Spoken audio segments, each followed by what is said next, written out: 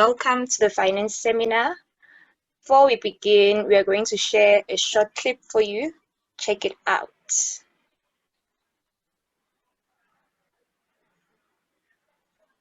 Please share the video.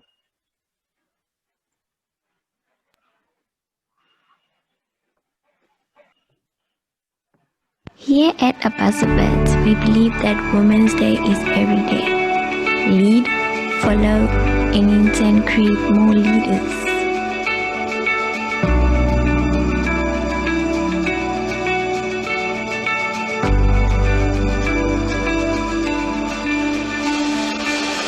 Even the place called home, previously known as the safest place, has become a danger zone for you women. For you women living with an abusive lover, the next minute could be the end of your existence. We do not live long enough to number our days.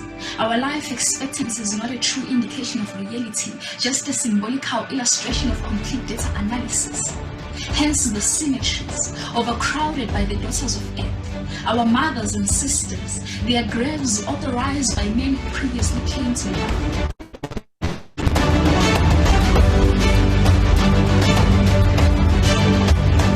Young black woman, if it was possible then, what's stopping you now?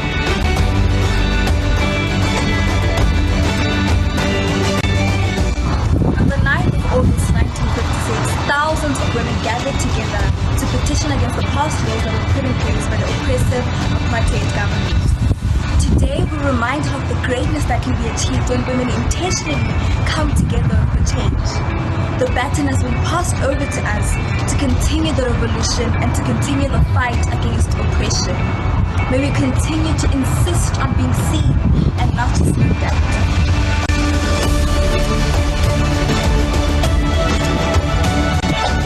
Let's continue to uphold and grow the legacy of the women of 1956 with pride and heart.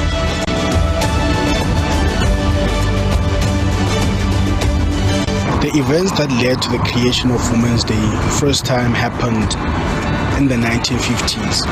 And to many of us who were born way late after that, we always have to ask the question, why do we still have to celebrate Women's Day even today? And the answer for me is simple. Such a day, it is one that reminds all women that given women unite together against a particular or for a particular cause, something great can happen.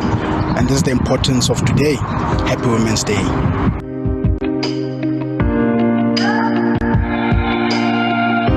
Women's Day reminds us of the contribution women make in everyone's lives. It highlights the African proverb, if you educate a woman, you educate a nation.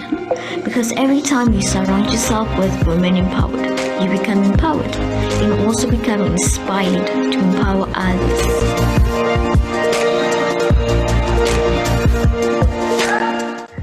Hi everyone, so I hope that my message is going to be very simple and straightforward. First, I'm very grateful to even sit here and talk about this day because I believe that some of the women that fought for this day back in 1956 did not get a chance to celebrate it, and therefore I believe that it is upon us as women, especially young women, to hold each other accountable in ensuring that we continue their movement, which is to say that women can achieve anything and everything that they want for as long as we stand together. And I just want to mention to young ladies out there that when Miss Universe said, let's take up space, she did not mean okichini or any makoti duty that is meant for us, but she meant in those boardrooms, in those presidential seats, in any other executive seat that was not meant for a woman back in the day. Let us go there and claim our spaces. I hope that everyone had a good Women's Day.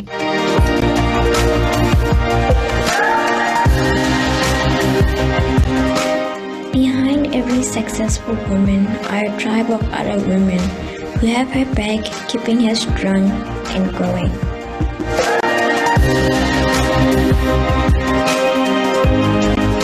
For the longest time, our worth as women has been compared with the amount of pain we can endure. For example, bathinta abafazi, bathinta imbongolo, Musadi utshwatiba, or it is that's what I perceive those idioms meant. And yet, after so many years, our struggles still continue.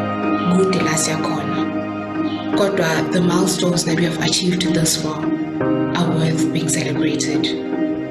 So my message today is that be kind to yourself and remember that even at your worst, Udeza Miguel. So happy Women's Day.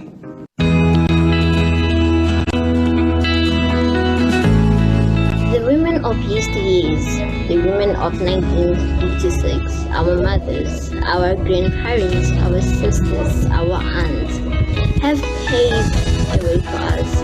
It is now in our hands to be the change that we want to see in the world. It is our time to stand tall and be the phenomenal woman that we meant to be. I am a woman, worthy, outstanding, magnificent, amazing, noteworthy. We are phenomenal. We are a force to be reckoned with, and let no one tell you otherwise. A message from our chairperson. As individuals and society at large, we must continually work on enabling spaces and opportunities for women to take up space. In the spaces we find ourselves occupying, indeed, our actions must speak as loud as our words when it comes to this. Our words alone will not enable spaces for women. Our words alone will not end gender-based violence. In essence, our words alone will never be enough. Let's rise up for women and make every day Women's Day. Good day again to those that just joined us right now. Welcome to Sivuyisiwe Mofana, our program director for today. Welcome to our speakers today and everyone that's here. Welcome. I'm Isa Makwata, an accounting science student, a vet, a mentor, a high school motivational speaker, the owner of Fleshy Booth, a public relations officer of ABASA Wits, the future CASA, and basically a hard-working boss lady. I am very honored today to be one of the people that will speak today. Welcome to our speaker about why I became an entrepreneur in relation to finance. So my mentor is I aspire to inspire before I expire, meaning be ambitious to do things that inspire you, and not only you, but everyone around you, because your time will run out. So this is one of the main reasons why I became an entrepreneur and doing all the things that I'm doing. I believe firmly in the fact that if you want to become a better somebody financially, it starts now. It starts today. If you can't start now, you won't be as effective as you would have been if you start now instead. Because time lost is never regained. And there's something very, very important about time when you are an entrepreneur. With time, you learn. With time, you become better. With time, you become wiser. I also so I thought to myself, why not become an entrepreneur now? Why not start now? Because when I become a CA one day, I can also become an entrepreneurship guru. And I have nothing to lose, but I have a lot to gain from starting. The one that starts and fails is better than the one that never starts. So time is very important. Starting is extremely important, because with starting, you learn. With starting, you become better. With starting, you know what to do, when to do it, and how to do it as an entrepreneur. So start now. You have no excuse to not start. You have no excuse whatsoever not to start today. And the other reason why I became an entrepreneur is that when I was growing up, my parents taught me that not everything comes in a silver platter. You work for what you want. If you want money, you work for it. You want a qualification, you work for it. You want to be a business person, get up, show up, and go do your thing. It's as simple as that. If you want a better tomorrow, it starts today. You cannot have a better tomorrow if you haven't started today. We are very young and vibrant. Why not start today? Why not create connections today? Why not use the fruitful mind and young mind that you have to start today and do what you can do to empower other young people, to empower other young men, other young women? You can start today. It's upon you to start. No one will ever start for you, but you have to start for yourself. And there's this thing that we really, really need to fix as young people: procrastination. Procrastination is the thief of time. It is an enemy of success because you never start. You always tell yourself that I will start, I will start, I will start, but you will never ever start if you have a mindset of procrastinating and not doing things when you have time to do them. You have the time to be a better person tomorrow. You have the time to be a better parent tomorrow. Do your best for your kids to not live the same life that you lived. It starts today. It's upon you. It's not upon your parents. It's not upon anyone, your friends or anyone. It's upon you to start today and make a better tomorrow for yourself and your family and your kids. I have an online store, Fleshy Booth. I'm sure you guys have seen it on my profile and our ABASA Wits profile. If you haven't, you can go through it and read about it. So I started this business because I saw how all the time when I dress up, people always want to know, where did I get that thing? How did I buy it? Where did I buy it? And all that. So I thought to myself, why can't I just start a business? Why can't I just start a business about what people know me for? With this, I'm saying you have no excuse to not be equipping yourself right now. Use what you have, check what it is that you are good at, what you are known for, and step up.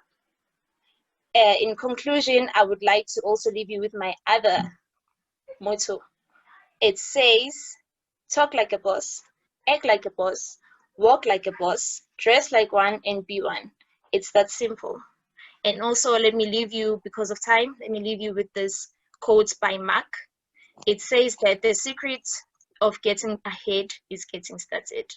Thank you. Over to you, Sivuyile. Good evening to you all. Not sure if everyone can hear me. Can you hear me? Yes. Cool. Good evening to everyone. As mentioned before, my name is Sivuyisiwe Mofana.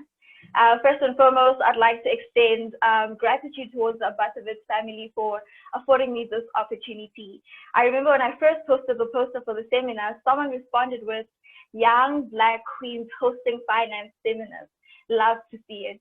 And after watching that video that we all just saw now, I realized how powerful that is, because we truly have come a long way as a country and most importantly as women of South Africa. So once again, a happy Women's Month to all the queens.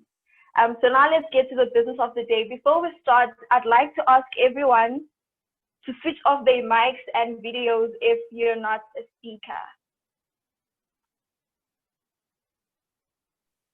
Okay.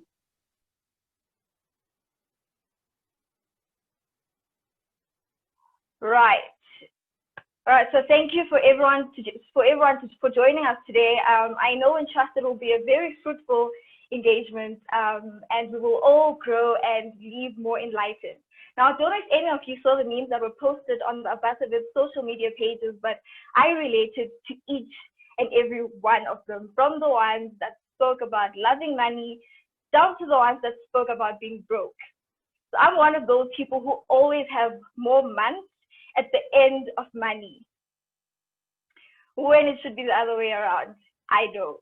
So I definitely need to know how to stretch my rands, or should I rather say how to turn my 5 bulbs into 5 meters.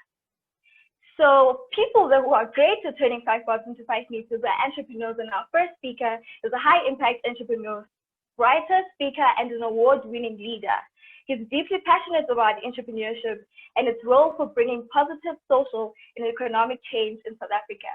Through his insights on authentic personal branding strategy, Leadership and advocacy for maximizing all forms of learning has enabled numerous young and seasoned professionals, leaders, and entrepreneurs to discover and build value-aligned personal brands and achieve greater personal, professional, and entrepreneurial success. Today, he will be doing the analogy of topic and also just talk to us about entrepreneurship as an integral part of personal finance for young people. This is none other than Phenyo Mabokela. Phenyo, over to you, sir. My name is Phenyo Mabokela, and I'm here to give an analogy of the topic, as well as a bit on entrepreneurship and its role in terms of youth personal finance, right? And for those who might not have gotten the chance, right, you can just quickly visualize it now, the gap between 50 cents and 5 million rands, right? There's a whole lot of zeros there, right? There's a whole lot of zeros, and those zeros don't stand for nothing, right? So when looking into turning 5 bob into 5 meter, it is really an interesting journey. So for those who might not be aware of what personal finance is, and someone's asking themselves, what is personal finance? What does it have to do, right? When I looked up a definition of personal finance, because there are a lot of definitions for what personal finance is, right? So according to Investopedia, personal finance is a term that covers the managing of your money, as well as saving, investing, and lists all these sort of activities, right? And when I looked at all of that, I simply simplified it into 3 stages, which is acquiring finance, utilizing it, and growing it, right?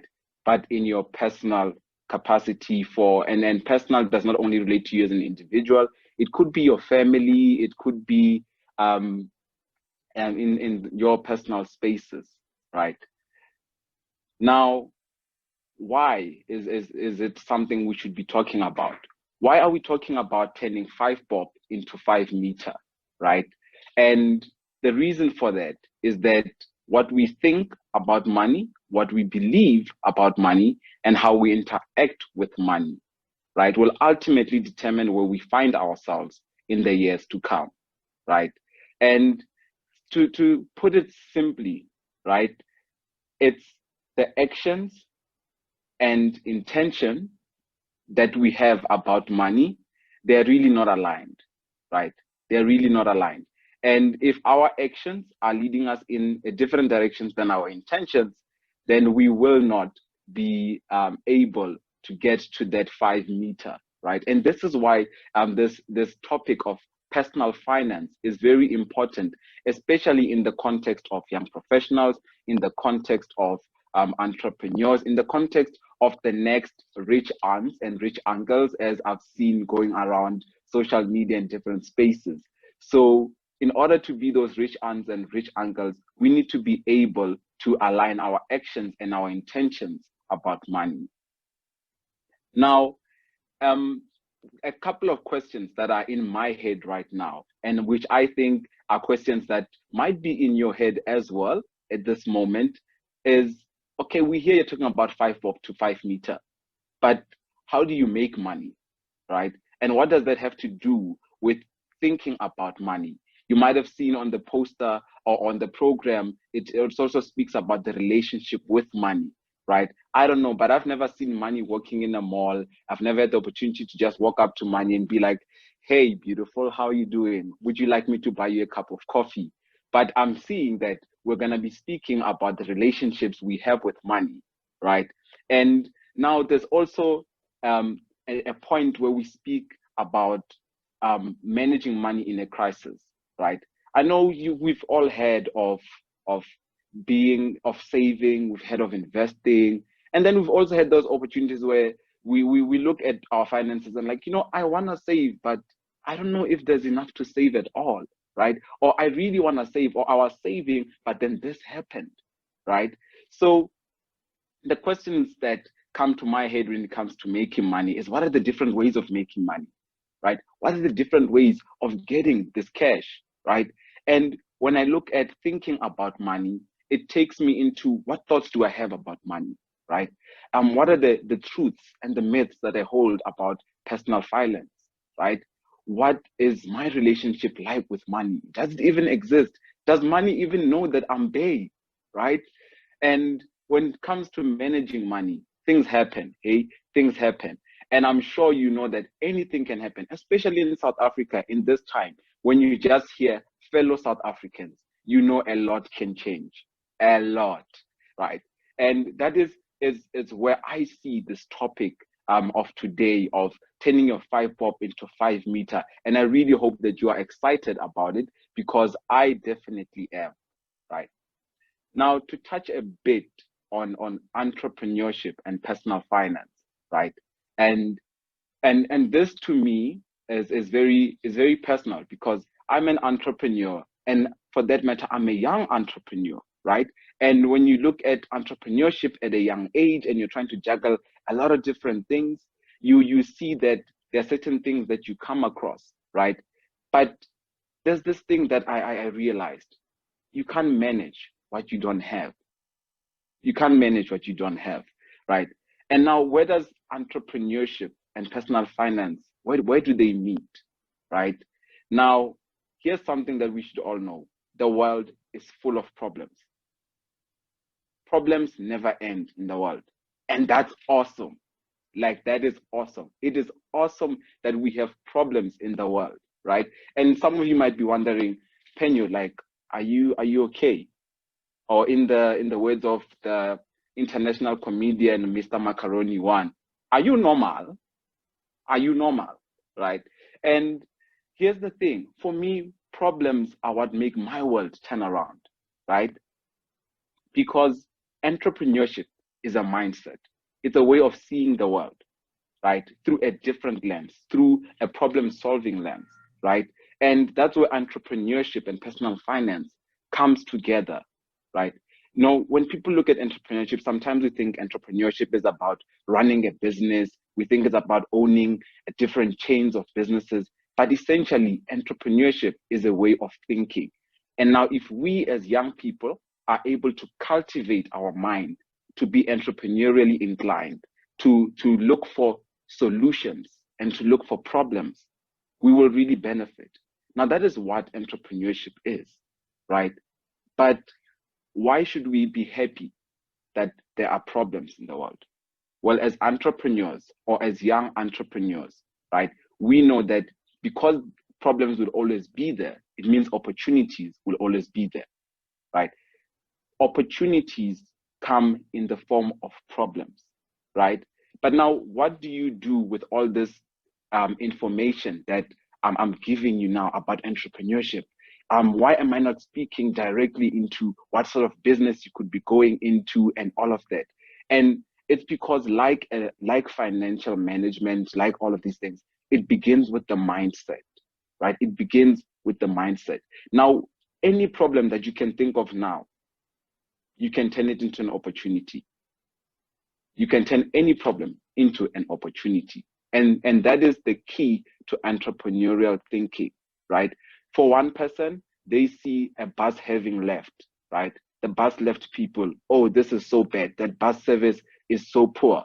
But for someone who has a buggy, they might see an opportunity to put people in the buggy, get them where they need to go, and score a quick buck on that, right? Now, how do you as an individual, right? How do you as a young person, how do you as someone who's in this webinar right now, how do you build your entrepreneurial mindset? How do you go about it, right? And for me, I like to look at it this way. If you find problems which you can solve, and the people who are willing to pay you to solve them, then you will be able to get money, right? And now when you are able to get money, you'll be able to manage money, right? And when you're able to manage money, you'll be able to create wealth, be the rich aunt, be the rich uncle, and also live that life that you would want to live. But of course, it is not that easy as 1, 2, 3.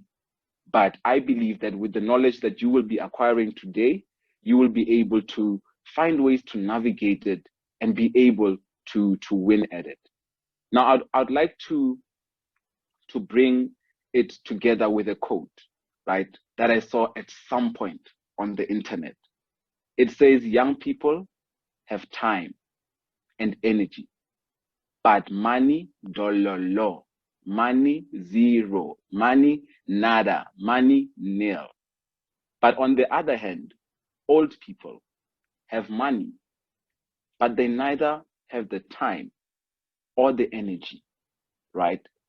But I believe that for every single person who is here today, every single one of you who is on this webinar, you will be able to see that the statement only holds true if you let it.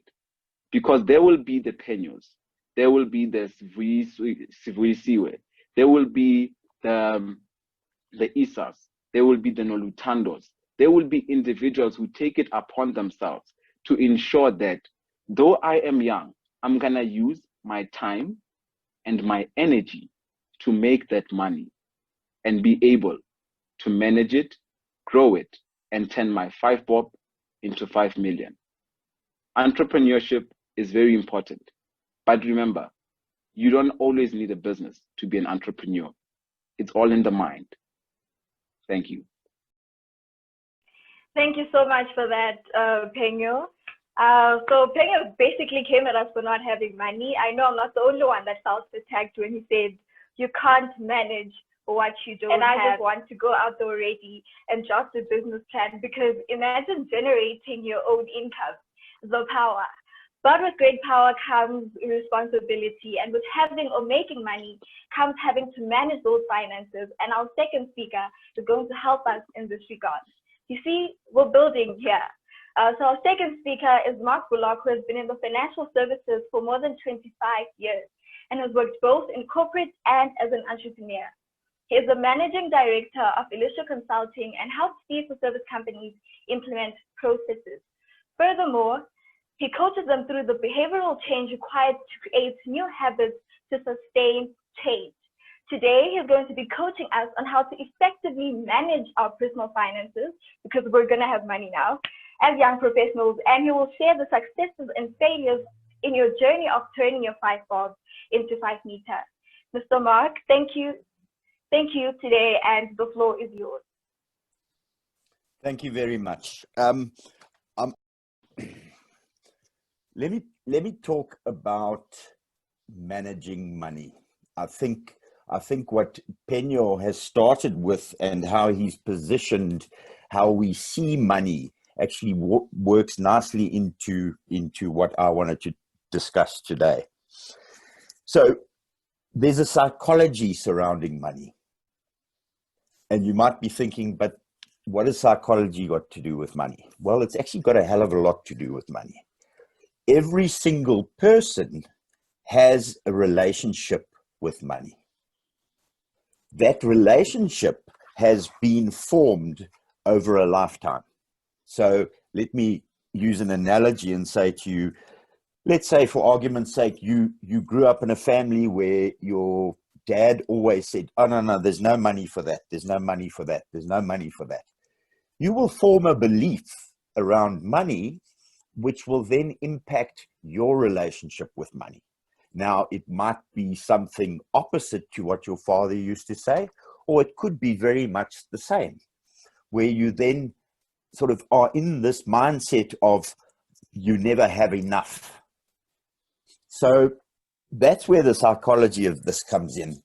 And really around, this is very important, because when you want to try and manage your money, you need to understand that relationship that you have with money.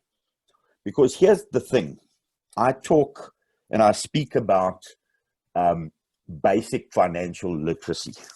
Now, I must be honest, I don't like that name, but I haven't come up with a better one just at this point. So if there's any suggestions, I'll be open to it.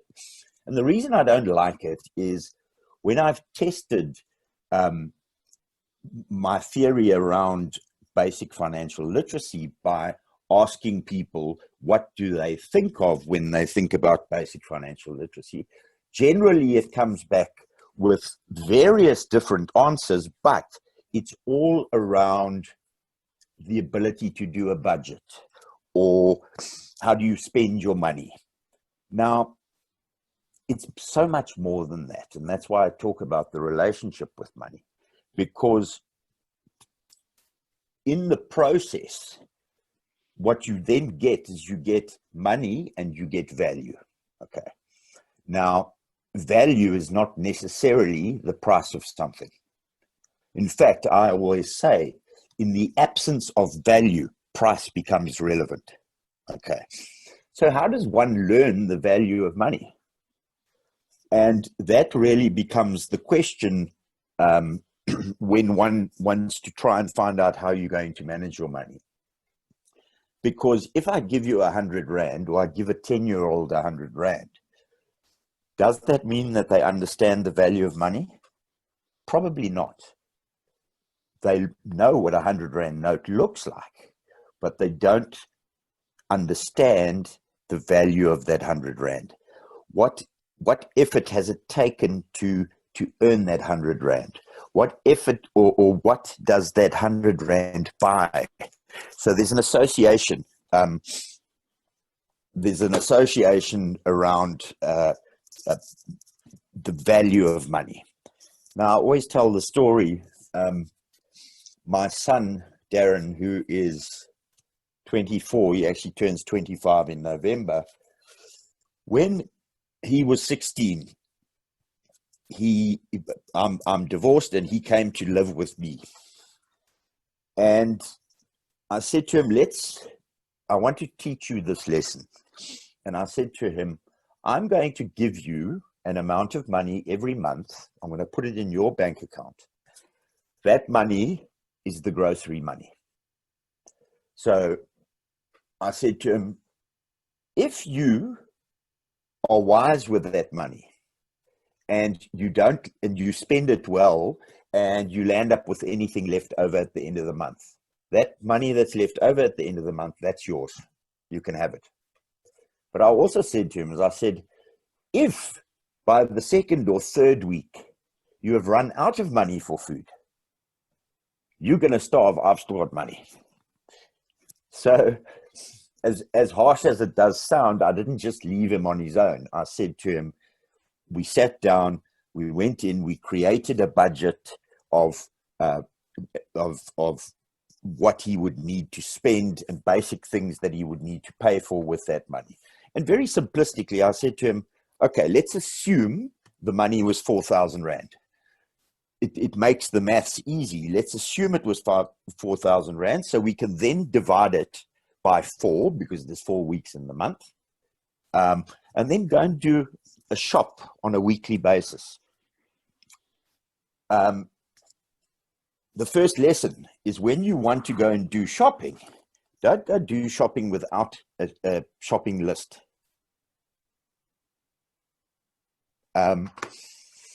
So you have to make a list before you go to the shop. Why? Because you'll end up buying stuff that you don't actually need. All right. So we did this budget. What I also said to him is, I said, take it when you come back from the shop, take the slip of all the stuff that you bought, and you then jot down what it is that you've bought, and you put it against what your budget was for that week. So let's assume it was 1,000 Rand. Some weeks you might spend 1,200 Rand.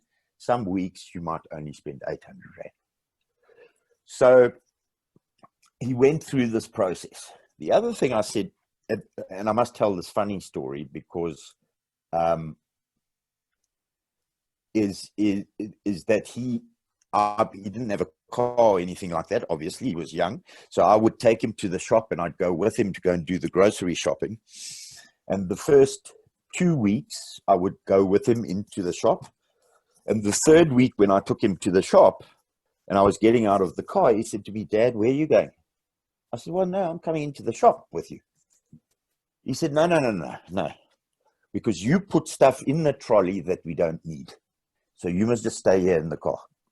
So So that was sort of funny, but he learned through that exercise, he learned the value of money.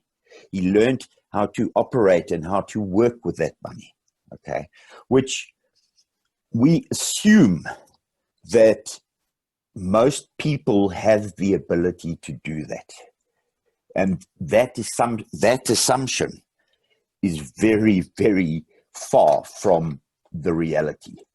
Now, in the financial services industry, we obviously talk about, financial goals, and we work with our clients to create a financial services plan to achieve certain goals over a period of time. Most financial advisors or most people don't start that process with an understanding of budgeting. Now, you would think they would. I mean, why would somebody not use a budget? It's kind of common sense, isn't it? But that's where the assumption is wrong, is we assume that people know how to work with a budget. Now, a budget is useless if you're writing it down at the beginning of the month and then you have a look at it at the end of the month, or let's say 5 days before the end of the month, because you've got more money, you've got more months than money. It's too late then. You haven't followed that budget. It's about understanding and continuously actually working with that budget on a daily basis. So I went to the shop and I spent money, whether it's 50 Rand or 20 Rand. That needs to come out of that budget, because if that doesn't happen, you will land up with too much month and too little money. And that's the worst thing. And I'm sure all of us have been in that situation. I know I have certainly been in that situation before. It's not nice. It's not nice to have more months than you have money. But how do you actually prevent that? Well, very simply, you need to live within your means. That seems simple, doesn't it? It seems totally simple. But unless you start working with budgets, and unless you actually, certainly initially, check that budget every single day, or every time you've actually spent money, check the budget.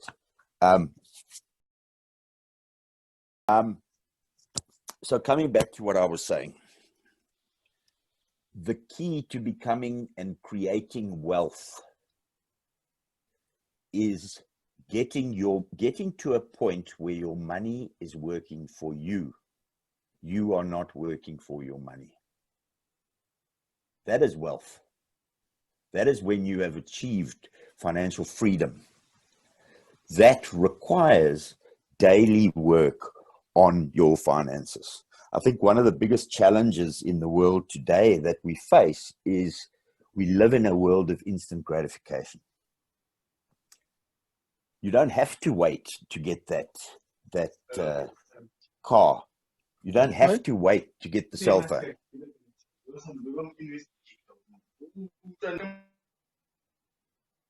You can actually access that immediately. And that's the trap. That's the trap, guys.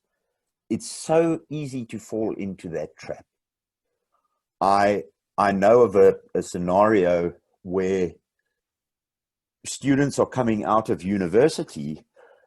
You are professionals, you are ready for the job market, or maybe you're becoming an entrepreneur, whatever it might be. And you know that you've got a job and you're going to go into that job. One of the biggest mistakes that people make is they rush out and there's a clothing account. They rush out, oh, we want a car, but we don't just want any old car. We want a BMW, for example. Do we need a BMW to get us from A to B? No, we don't.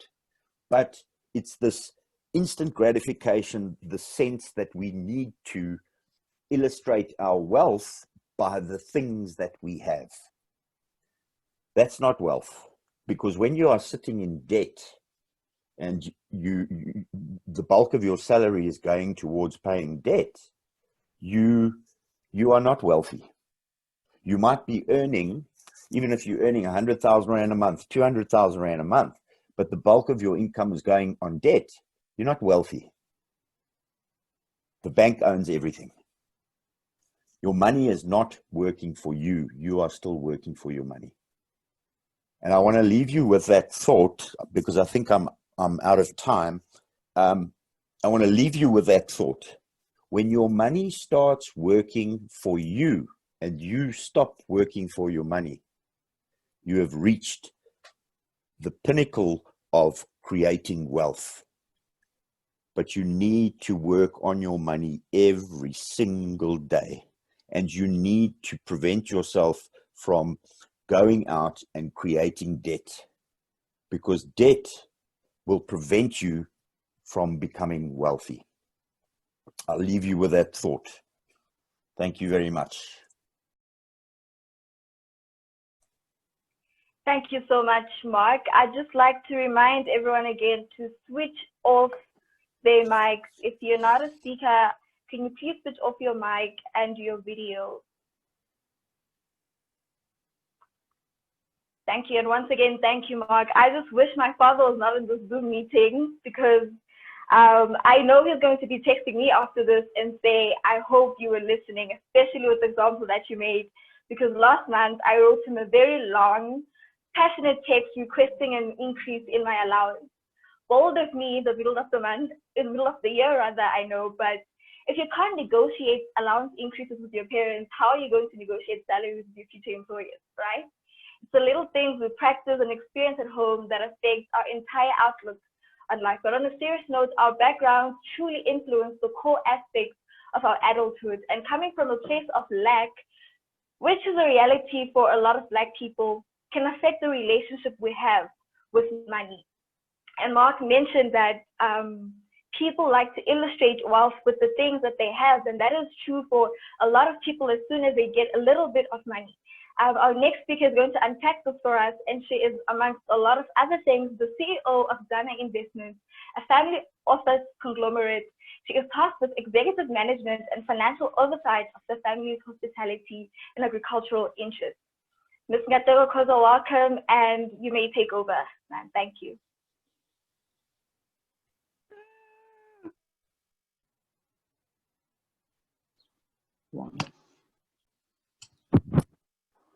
Okay, great. Yes.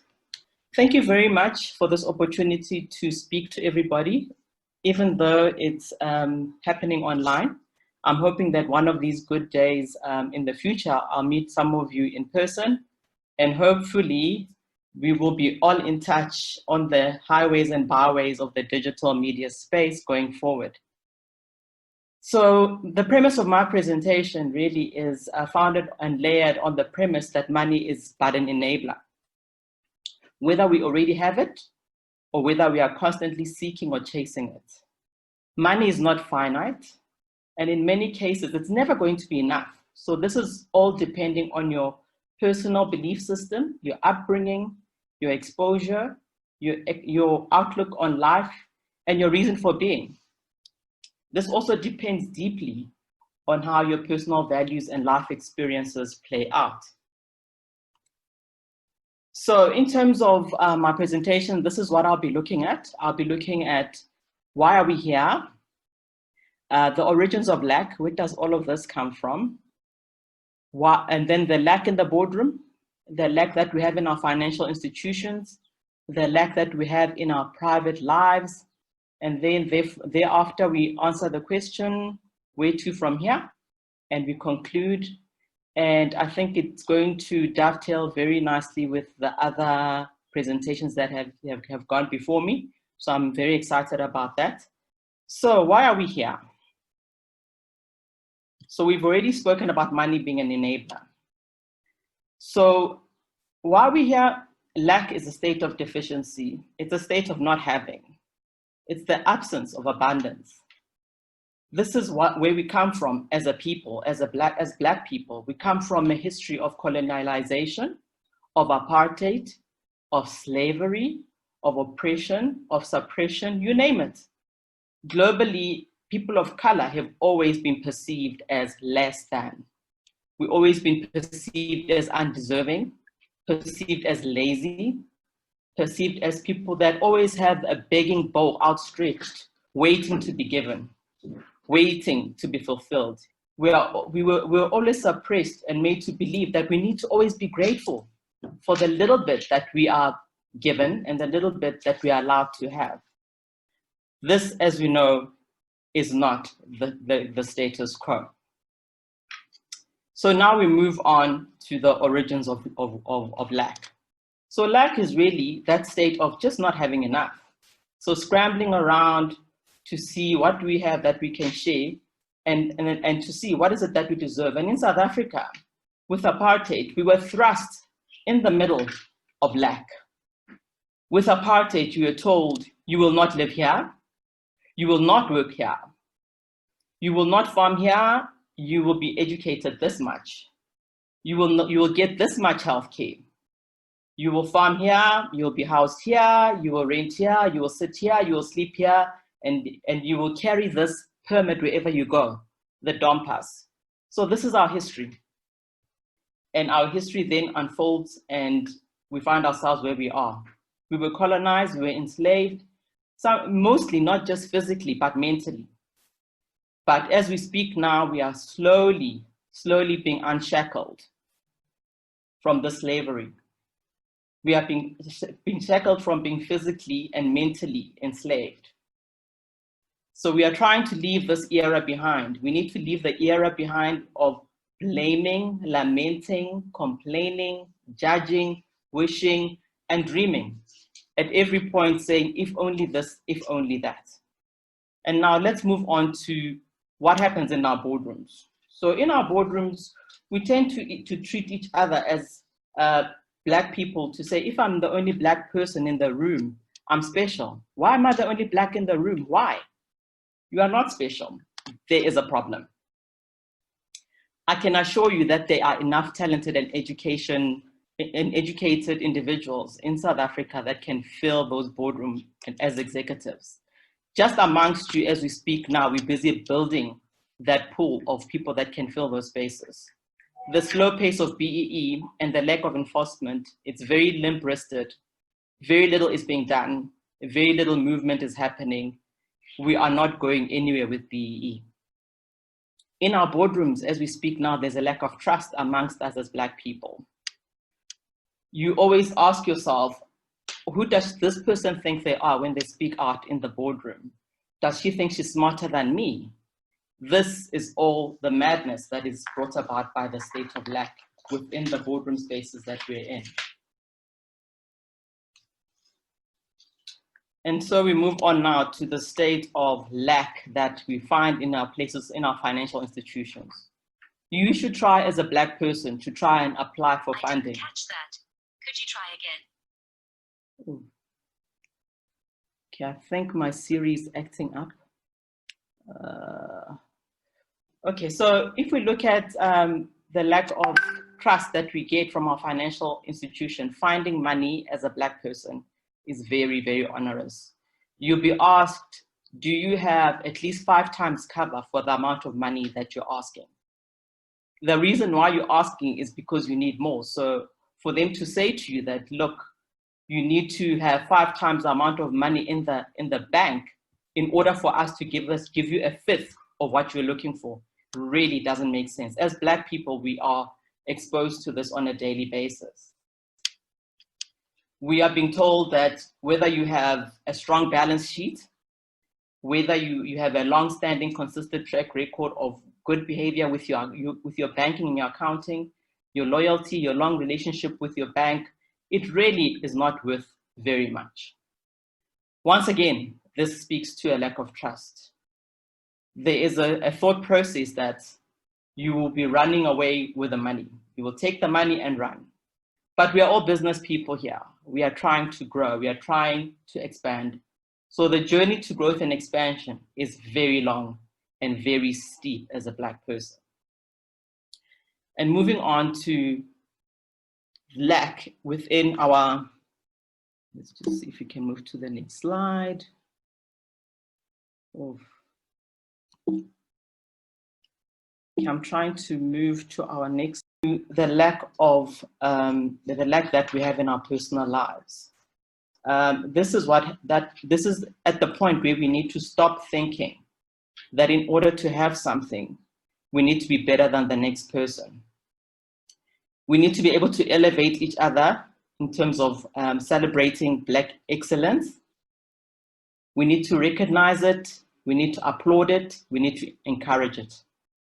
In our personal lives, we need to make sure that when we do business with a Black person, it's not a case of doing the person a favor.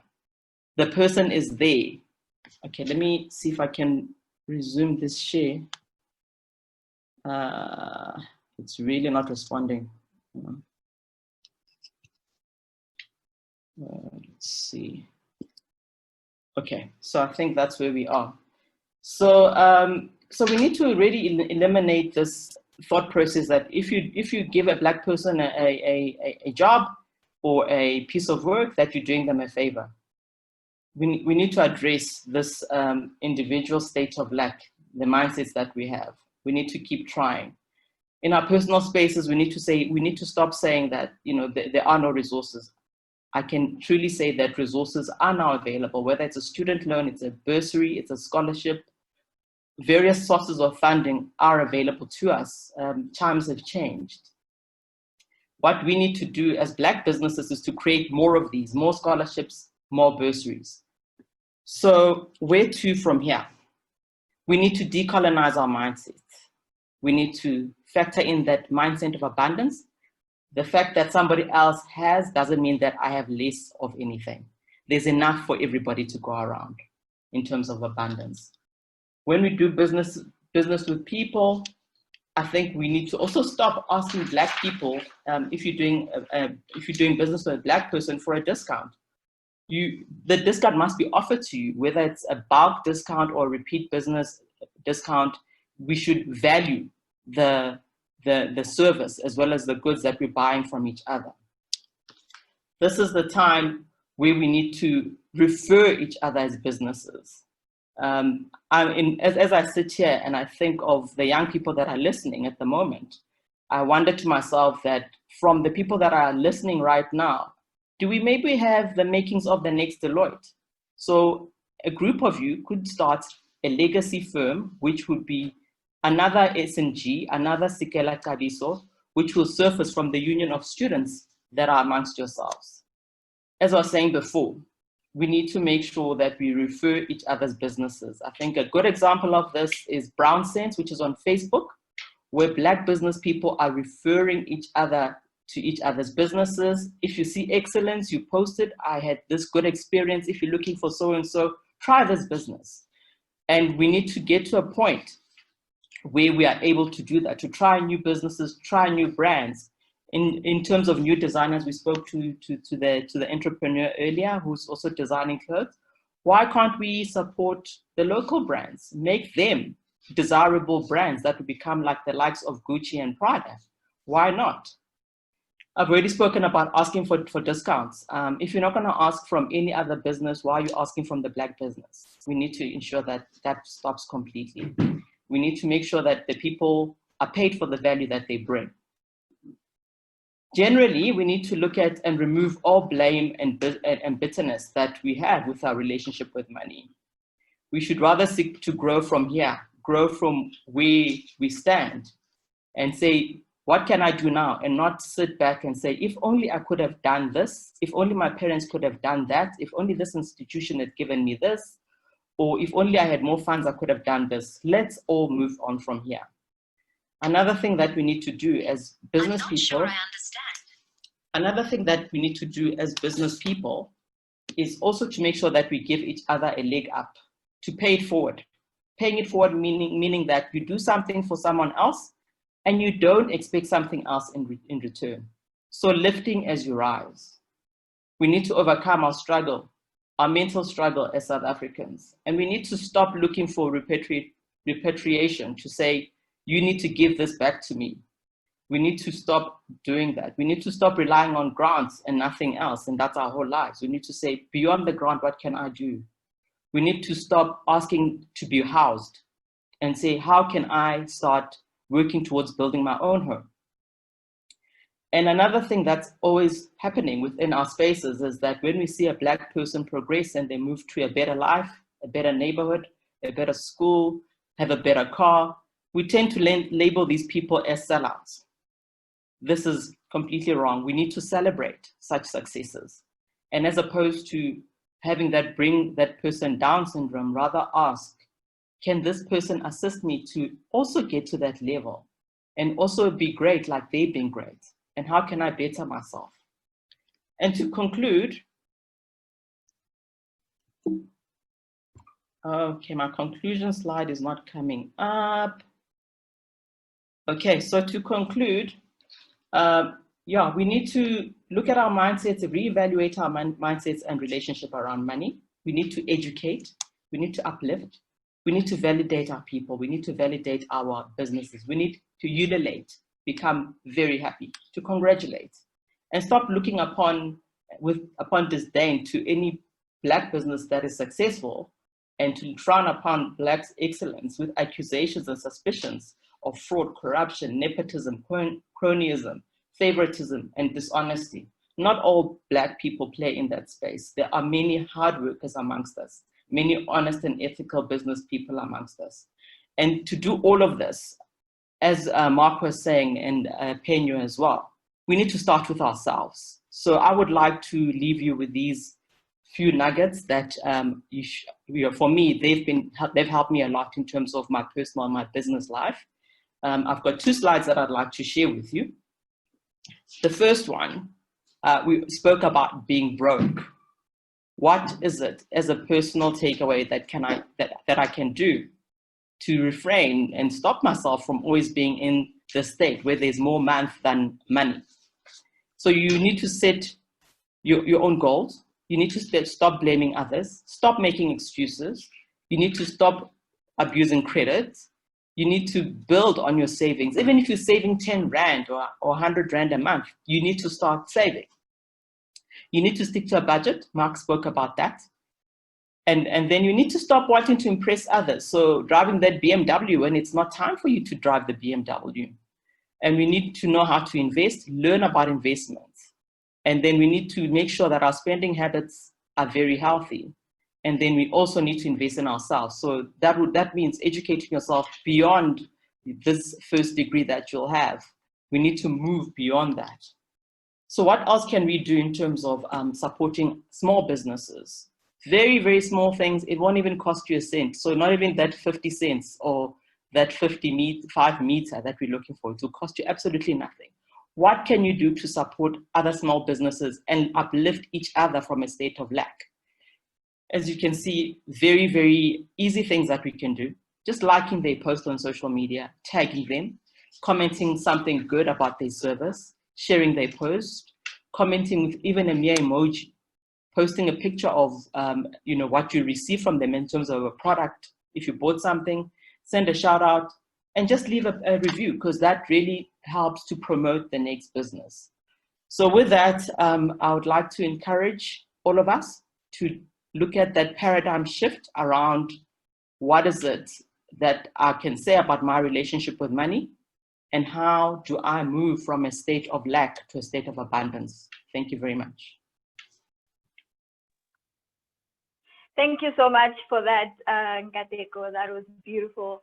And we truly have come a long way as Black people. We truly come from a place of lack, but I hope we can get to a place where we can decolonize our minds and step into that mindset of abundance. And I like the transition that we're going through, where we're starting to support more Black businesses. Another transition that we're going through as a country, which is not so great though, is how we went from what we perceived as normal to a worldwide pandemic.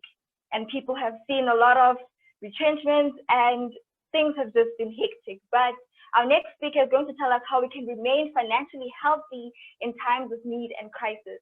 Our next speaker is Sivuyisiwe Mofana, an award-winning entrepreneur, a financial therapist, a coach, a trainer, and a debt expert.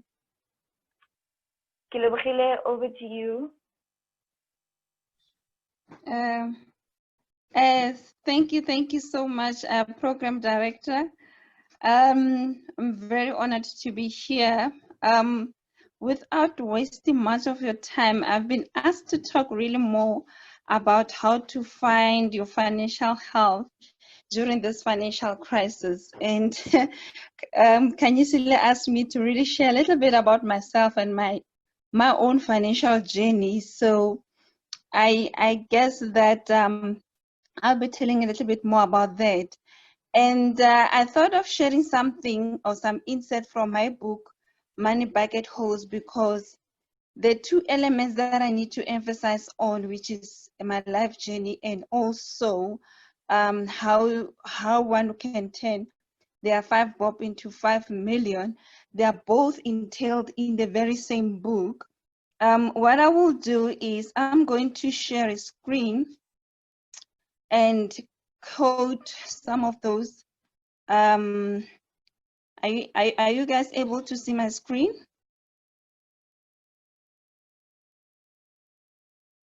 Are you able to see my screen? Yes, we are. Yes, we are. Okay. So I'm going to start first regarding my financial journey. I'm going to quote something from chapter 1 of the book, Money Bucket Holes Explained. And this is the poem that I wrote about the financial challenges that I came across through my life and my career. As it starts, the pain that burned the passion. So, years ago, I worked harder, I earned more, it was a win, for I needed to shut down some debt load. Financial bondages inherited in my spirit, my soul, and things I proclaimed to be mine in borrowing that helped me climb the invisible pyramid of visible success. Pyramid well read, understood, but yet misguiding. Risen the tip of the pyramid, not reached by many, including those gifted. Maybe my wallet was a heartbeat of the Cupid love. Nevertheless, I found the courage to be debt-free. I exclaimed with jubilations, yes, I broke free from financial bondages. Did I? How come is the pyramid a reality for me again? Setback, am I? So now, why does it feel like it once more? Why am I choking out of breath today? Could I have fooled myself all along, thinking I was debt-proof for a long haul? Didn't I have it all? Now, what's with this darkness of the storm? Why am I soaking wet into debt again? Oops, mistaken. I left some stones unturned. Something, somewhere, not open and not patched. But I thought more money, well, do I need more money? Crippled by debt. Does it mean I took the road famously traveled once more? The upslope of the misguiding pyramid again. But I thought I got the hang of it all. I thought I had a swag. I looked good. I smelled good. I walked tall. I filled my bucket with some treasure, didn't I? But now, why am I losing wheels and the roof today? Where did I go wrong? Why am I feeling so small? I soaked in shame. Apparently, on I sailed. I soared without looking back to patch up financial holes, holes deeper, wider, and old, rooted in my spirit and soul, that dripped all my treasures away. I wasn't aware. The naked eye did not see it. A serious mishap. It is bad, isn't it sad? Where is God when I needed him the most? Finally, purpose assigned to fulfill, encouraged to turn my pyramid, turn it upside down, and to rearrange and add to its wording. I started with God. I made him the foundation, guiding the upslope, the journey to defeat the battle inside my soul. Aspiration to challenge the outside influence and their standards gave them no power. expectations of flesh, its perceived needs and cravings were no longer the solid foundation of the pyramid, but the last priority.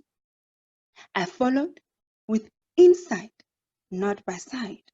The rest is a success only defined by Him for me and understood by me according to Him, not by the world and its trillions versions of my success. Such is purpose assignment, realized through various forms of inner gifts explored. Every message behind, guided by Him. Financial therapy is the message. And this is just a little bit to say a village girl trying to make it in the world and making a living. However, because of the financial or the holes that were there inside her money bucket holes, she managed to get financial breakthrough, pay off some debts, but she never really went back and understand and patch up what really made him to be a good manager of her finances. I was not budgeting. I was living the life of impressing people. I was climbing the ladder of success through debt. And I didn't give myself an opportunity to learn a thing or two about money. So as you can see, it's really not about how much you really earn when it comes to money. Because at the end of the day, as Phenyo mentioned earlier, it's about earning the money, managing the money, and growing that money. But for me to turn my life around, I had to be brutally honest with myself to say, I'm keep repeating the same mistakes regardless of whether I have money or not. So I decided to now use the little that I have, because when I went back into debt, I lost everything, repossession of cars and all that. And my house was almost sequestrated. But that's when I turned the 5 bob, the little that I had, to say I would go further and downgrade, use the very penny that I have so I can invest in myself. I had to find out what gifts do I have. When I said I made God the foundation, I needed to know what can I do better with my life. I needed to know every cent needs to be used towards making myself a valuable person, improving myself, and making sure that whatever that 5 bob that I have is towards making the 5 million. And it's still a journey. The thing is, you don't need to be to have that 5 million first in order for you to say, now I can start living. And to further talk about how can one turn the 5 bob into 5M, I would also like to quote the example that I use on chapter 2. But before I do that, I want you to take note of the following verse of Genesis 1 verse 28, when God was actually commanding Adam and Eve to have dominion on earth. And he also told them how to go about having that dominion on earth. Financial abundance is one way, one aspect of having dominion on this planet Earth. On chapter 2, I talk about 5 phases of life purpose. The undiscovered life purpose, discover your life purpose, live or implement your purpose, advance or extend your purpose, and complete your purpose. The example that I want to share with you that really talks about the topic of today on how to stay financially healthy during financial crisis. I hope you'll be able to see the screen here. When I read this example, I wish for you to picture yourself in a movie as the leading actor. It might not necessarily be in line with your career that you are in, as students or as someone who's already an entrepreneur. but it is the roadmap that I want you to imagine yourself going through. With the COVID-19 being the pandemic right now, it's very key for one to really ask themselves, why am I here? Why am I still here? What am I gifted at? Let's start with the example. You are a personal trainer with not much work experience. You just lost a job because of reasons beyond your control. Instead of stressing about how you will pay your bills and how you and your loved ones will survive financially, you tapped higher and deeper. For some time, it has been a great concern to you regarding the wellness of people who have heart-related illness or problems. You have taken some interest and have been researching about how to create a lifestyle that will minimize the impact of heart illness in the lives of these people. You then use your time, money, other limited resources and networks. The key word here is limited resources and networks to focus on this cause or passion that is very close to your heart. You know, most of us, just to tap in there, most of us for the very long time, there's been something inside your heart, in your mind, that has been lingering there that says you can be more, you can do more, you can do this. But we've always been putting it aside or not even acknowledging it. So this is basically when I say this person to focus on the cause or passion that is very close to your heart, meaning your subconscious mind. You start with research, reading books, attending online events relating to this illness. And then later on, you join forums and groups that relate to heart illness. You then realize the value of sharing free social media posts and articles with the knowledge from your research. Concerned people notice you and your insight. They follow your work. The next thing you create is a paid membership program for this target market only, where you send daily or weekly 10 to 15 minutes at-home physical workouts, exercise videos that are specific to cardio care, recorded via your smartphone from your home. You complement these videos with some educational articles.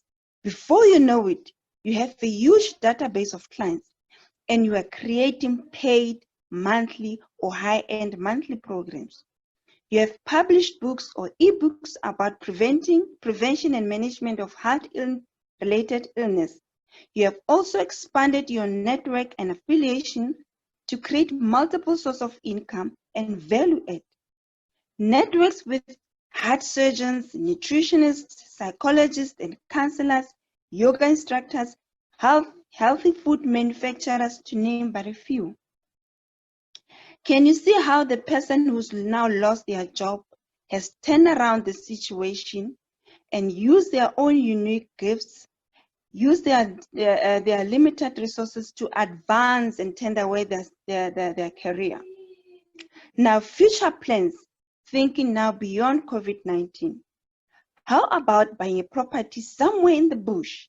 Team up with your network's power team that you've created and turn that property into a lodge. Host 2 weeks or monthly breakaway programs dedicated to people who need a time out from their hectic life to nurture, stabilize, and manage their heart problems. Later on, you take a percentage of your profits from these interventions and channel them into funding heart-related surgeries or initiatives for underprivileged communities, perhaps to offer support structures and awareness campaigns to those who live with this illness but do not have access to wellness information and or basic care. And this is just a scenario of someone who in in the times of this disparity in terms of financial crisis, decided to turn their lives around to say, I need to change the environment that I'm in. And the person did not need to wait for the environment to be okay or have a lot of money to start the business or follow their passion. But what is important is they started something. And what the next thing is, secondly, they empower themselves with researches and going to seminars and spending the money towards their aspiration. Phenyo earlier mentioned our inspiration versus our actions. Then the next thing that this person did was to add value.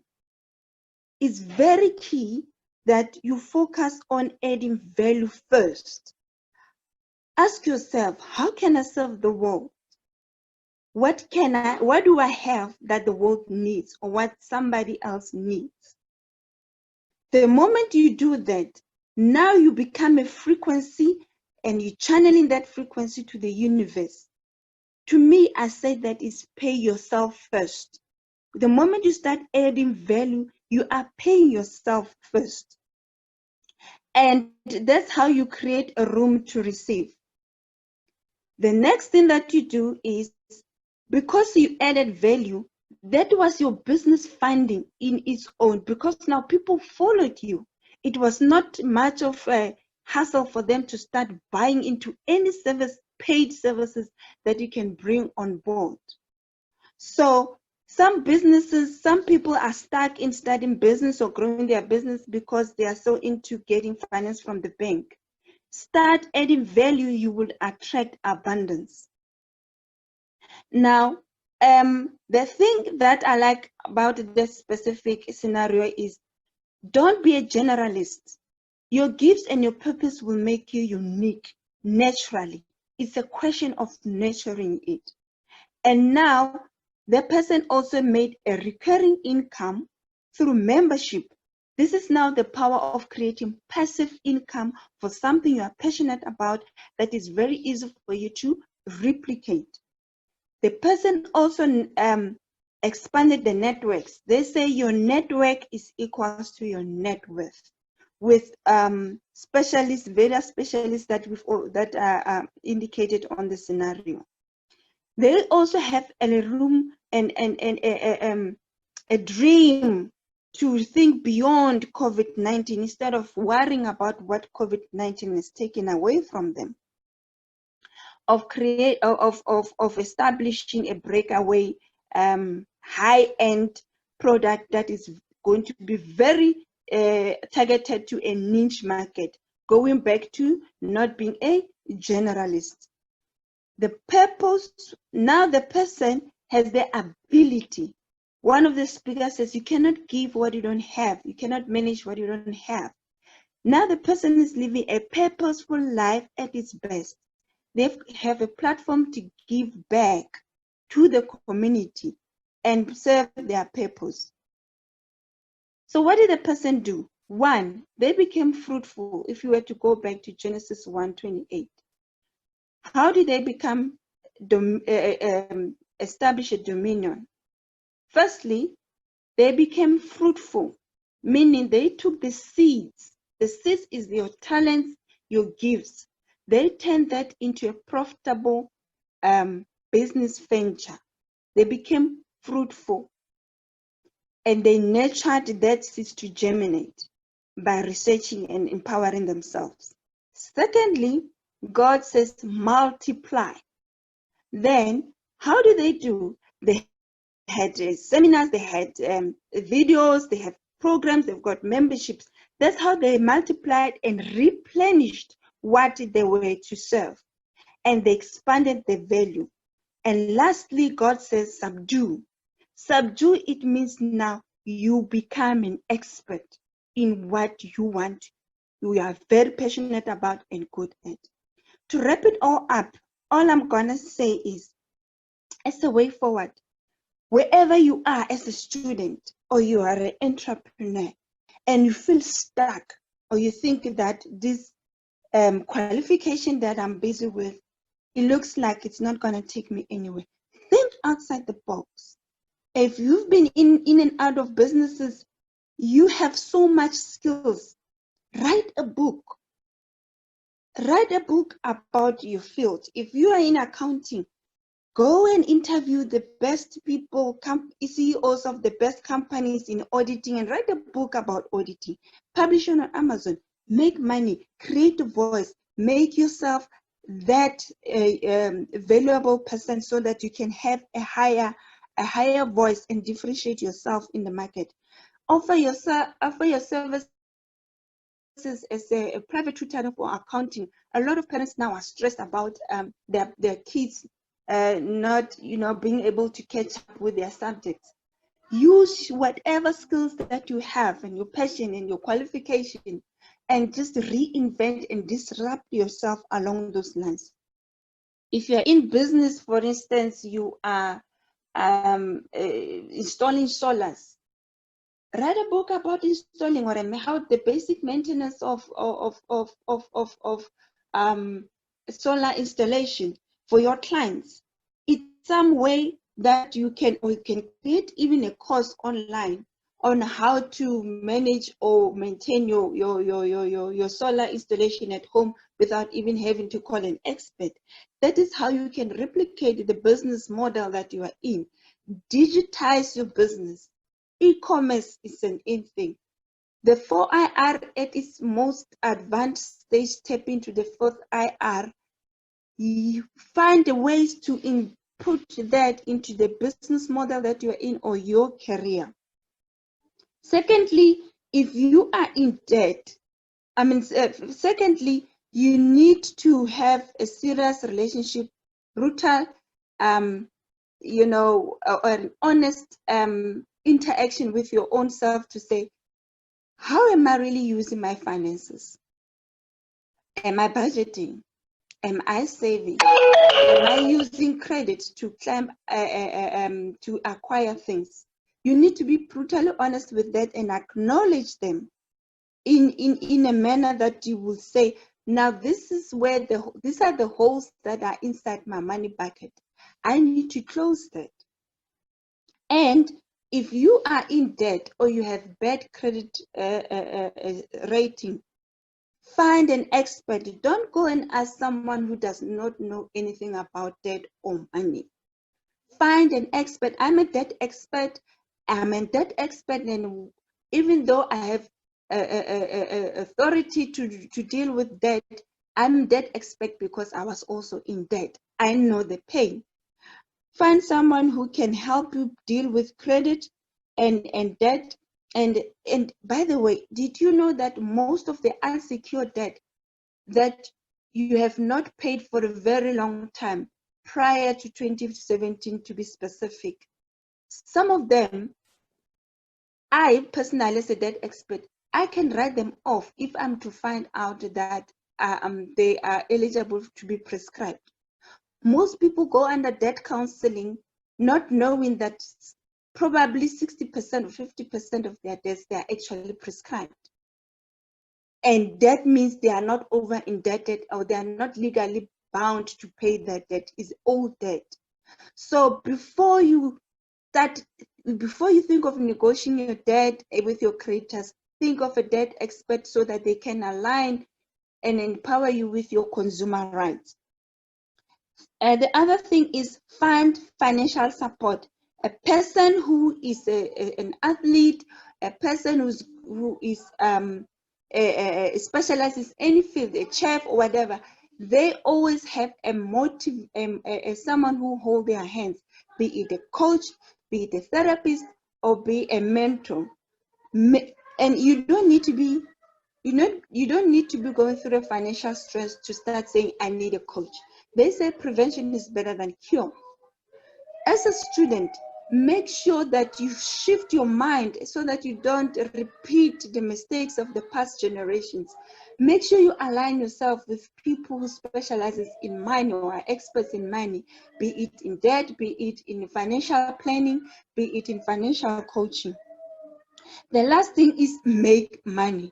This era is all about making money. This era is about making money or more money. Like I said, be flexible on how you can reinvent yourself and your business. Drop shipping. If for instance, like I can use the same example, if you are in the solar business and you are doing just installation, partner with companies that sell solar equipment. Drop ship their products and advertise them from your website and earn money. It's better to have something than nothing. Create affiliation programs with people within your industry. Right now, authors are promoting other authors' books. It's no longer about competition, it's about collaboration in this day and age. That's why affiliation marketing is now taking over the marketing and sales positions. So it's very key that one is able to expand their services and their networks. Like I said, your networks are actually your net worth. And yeah, I think that's where I will be able to wrap it up. But what is important for me to leave you with is, whether you are stuck financially, you can make a 5 bob and turn into 5 million. It's a question of starting, finding the direction, being brutally honest with your historical relationship with money and how to better yourself, align yourself with the experts, and collaborate. Collaborate, collaborate, collaborate. We're living in the gig economy. We're living in the freelancing era. And if the job market is really tight for you, think freelancing, think gig economy. Thank you.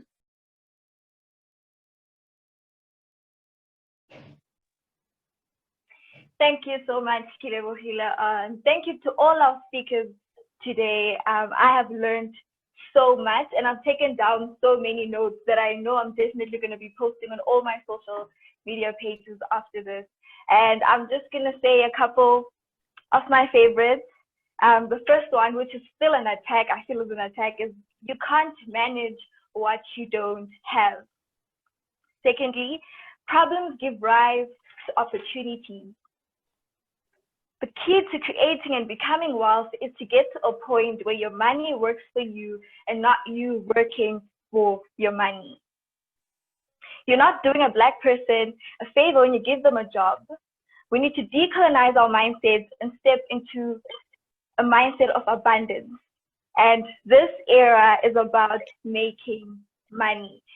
So thank you to everyone. And those are just a couple amongst many of the fire bars that were dropped tonight. But I think above all, what stood out for me the most was, it was a key theme throughout the seminar, was fixing your mindset.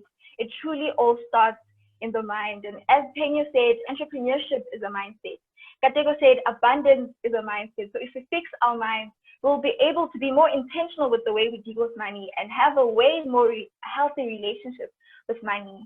We'll be able to make those budgets, as Mark said, and finally have dominion. As Kilebohile said, financial abundance is a way in which you can have dominion on this earth. So thank you once again to all our speakers. We will now open the floor for questions. I can see people have a lot of questions for our panel. Our first question is from Frank, and he is asking, when is debt a good source of financing? Or when is it a time to approach debt to satisfy the need, not wants, that you may have? Could you repeat the question again? So the question is, when is debt a good source of financing? Or when is it a time to approach debt to satisfy the need, not wants, that you may have?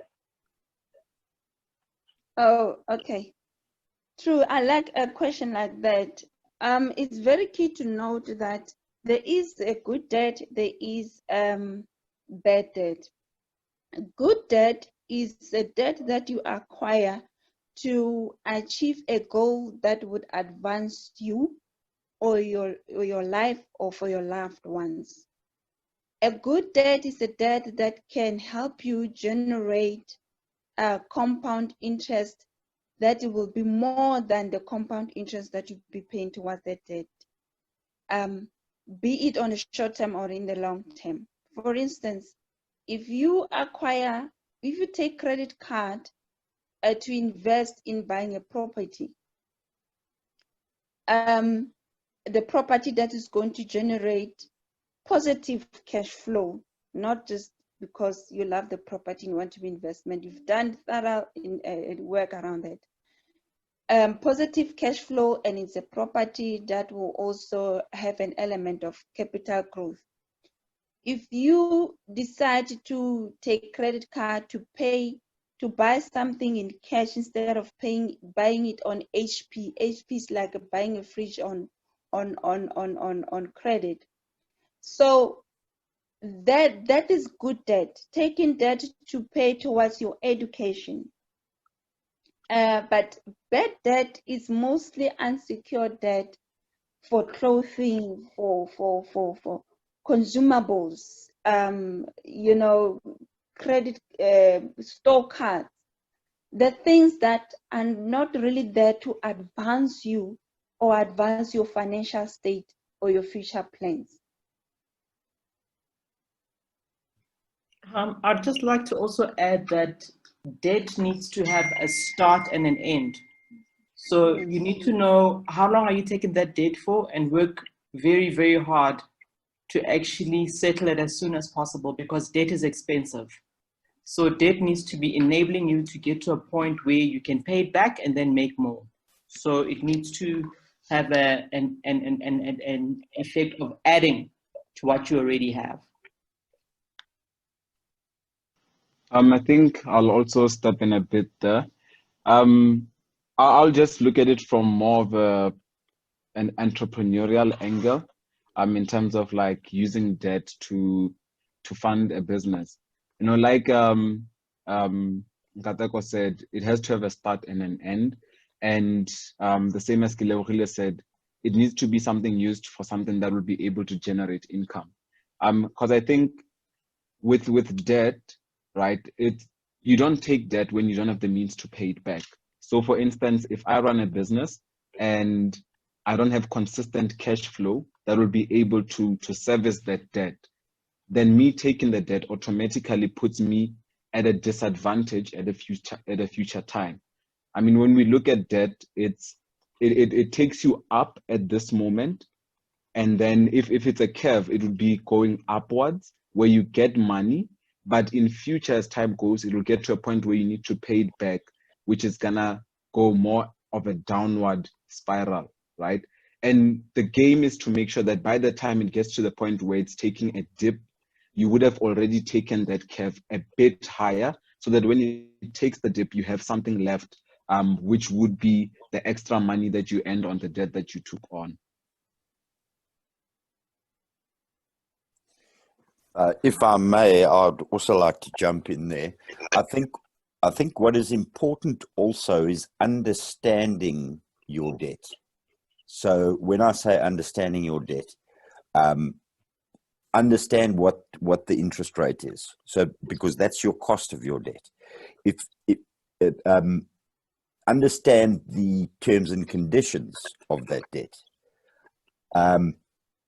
Understand the effects. Sometimes when one goes and buys a car, you set up that HP, you need to negotiate the rate.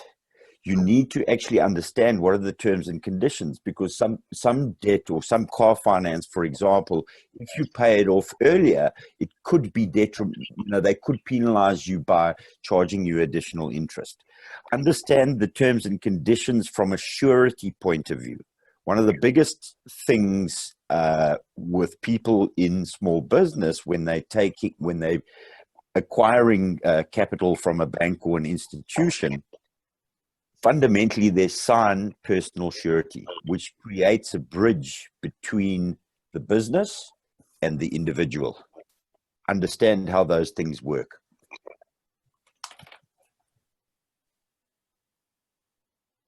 All right, thank you to all our speakers for answering that question. The second question is also from Frank, and it's directed at Mark. Frank, can you ask your question, please? Thank you very much, Program Director. I think Kevin can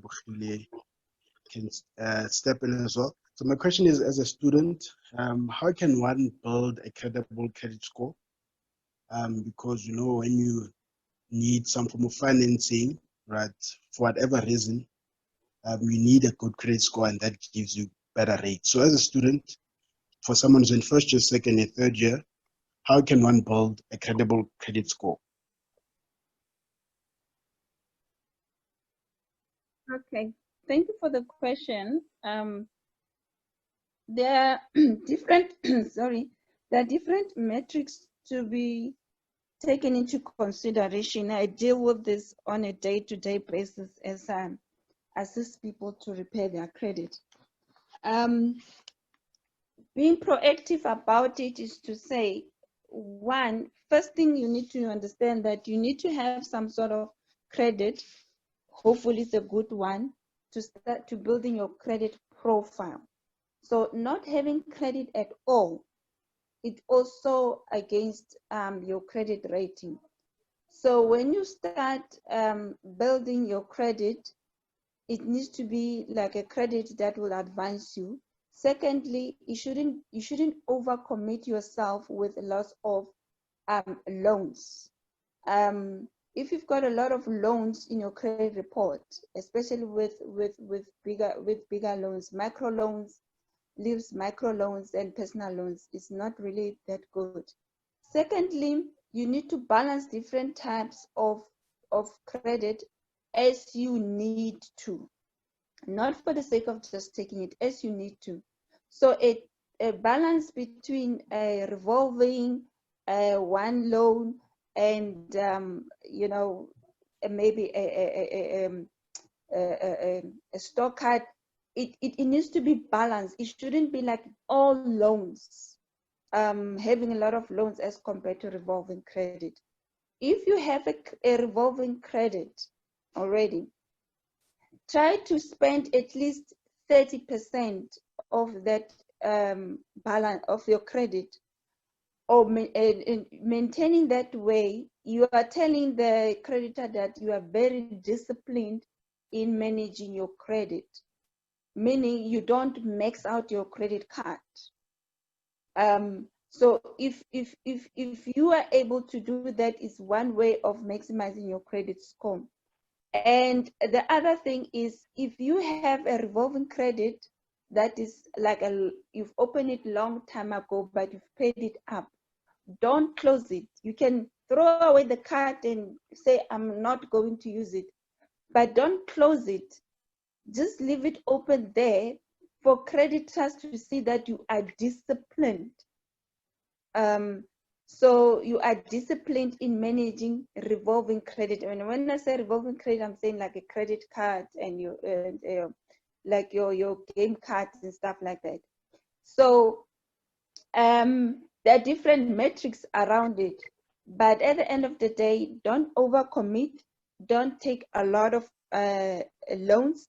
Make sure that you pay your credit agreements on time. You don't skip payments, and if possible, pay more per month if your finances allow you to. Remember, late payments and skipping payments also works against you. So try to avoid negative listing like judgments, areas, and all the other legal proceedings that may come across.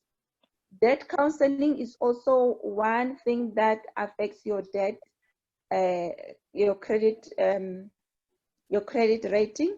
However, it's not a solution to everyone. One would rather have a bad credit rating for a certain period of time than to lose the house or the car or all the other financial means that they've worked very hard for.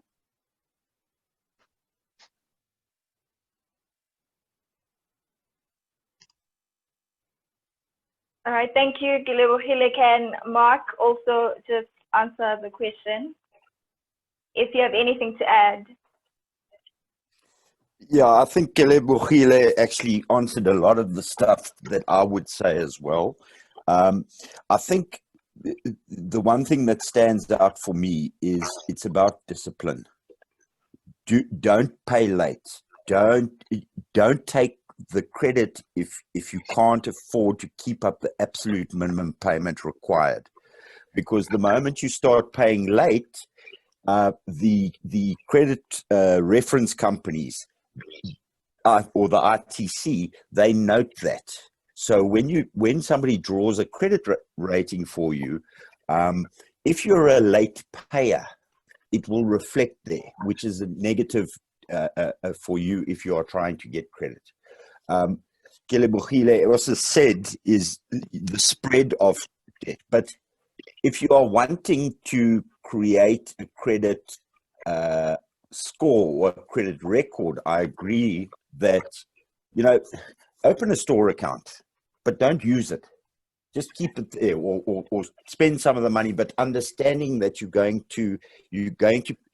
the intention is not to use all of the money to go and buy fancy clothes or whatever, but it is to enhance your credit score. It's also important, and there's a lot of platforms where you can actually get a free check on your credit score. So keep up to date with that. There's lots of platforms where you can go and you can actually request a credit score, so you can understand exactly what your credit score is. All right, thank you for that. Our next question, or a comment rather, is from Sivuyisiwe. Sivuyisiwe, can you ask your question or make your comment?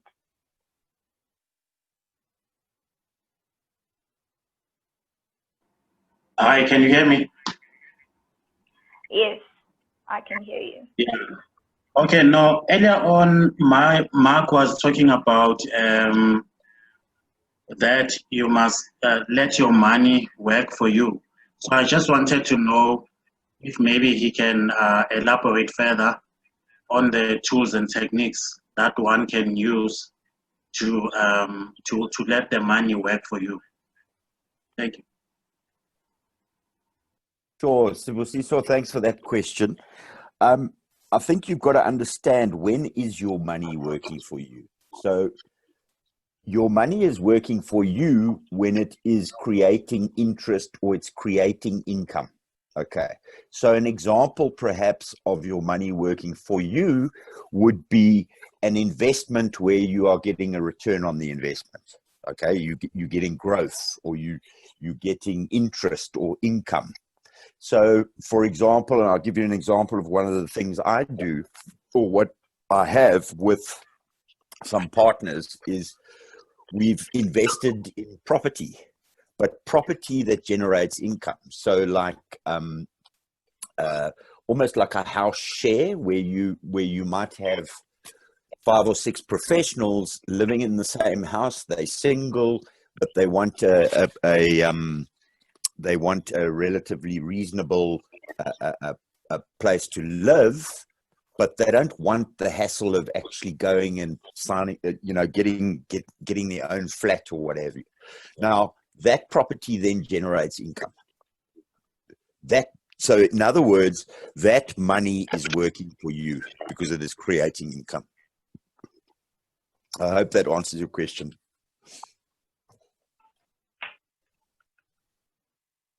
Thank you, Mark. I hope Sivuyisiwe.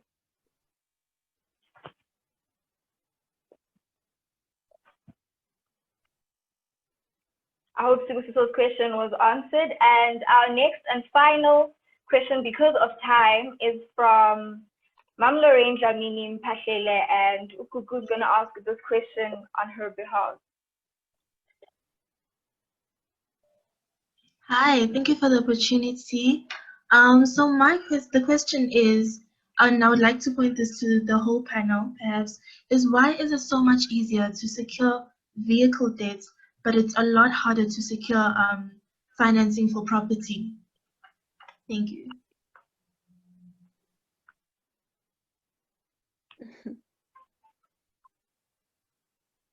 Um, if I may just say one thing or two. The model of banks is that, you know, they make money by borrowing you money. And it's also very funny that they're quick to finance you for the vehicle and also to give you a loan and to give you unnecessary unnecessary debt as compared to something that will advance you. It is just in their nature or their business model. And what is also said in that statement is that when they borrow you, when they give you home loan, they also have a way of securing that bond, mortgage bond somewhere else. So they have literally very little to lose. However, I think it's more about the assets as compared to the easy it is for them to give you credit. It's a very complicated thing, which is also, it has also been a very questionable thing for me in this very same industry. But that is how their model is, and that's how they make the biggest money. Because when you take more, look at it this way: if you take credit card of 15,000, it's very easy for you to come back again and take so many things at the same time with higher interest rates. So the more unsecured debts they give you with higher interest rates, it's easier for them to, if I may use the word, to suck a lot out of you. And with the bond, you know, it's a long-term thing, and they have their way of securing it in some other way. So they'll always find a way to make a quicker bucks than anything else.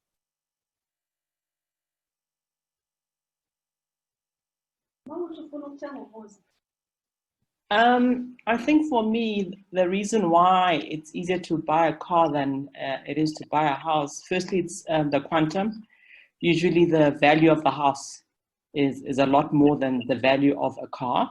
And a car is easy to, it's a movable asset. You can move it around, you can fetch it if the person's not paying. It's quite easy to sort of get and secure your money very easily. If the person doesn't pay, you fetch the car. With the house, it's a lot more onerous.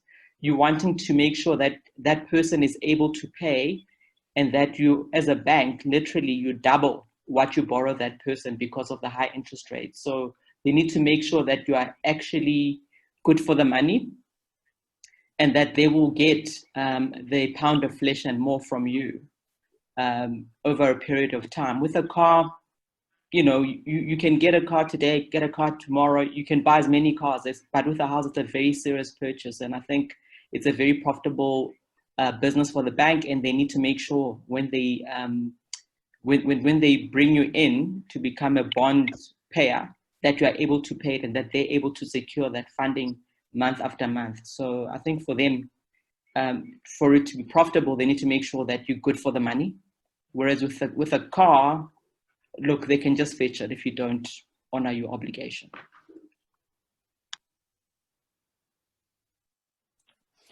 I think just to add to what Nkatelo said, in terms of the movable asset, I agree. Regarding a car, it's a hell of a lot easier to sell the car. Whereas a house, if you're in a down market, it's a fixed property, it's a much bigger price. Yes, you've got the asset, but the asset is only worth something if the bank can sell it. Otherwise, it's just an asset. So, with a car, they can fetch the car and they can resell it. And they can resell it a lot easier than they would, say, a house. And I also agree that the quantum, I mean, the difference in the value is normally, there's a big difference in the value. Houses are obviously a lot more expensive.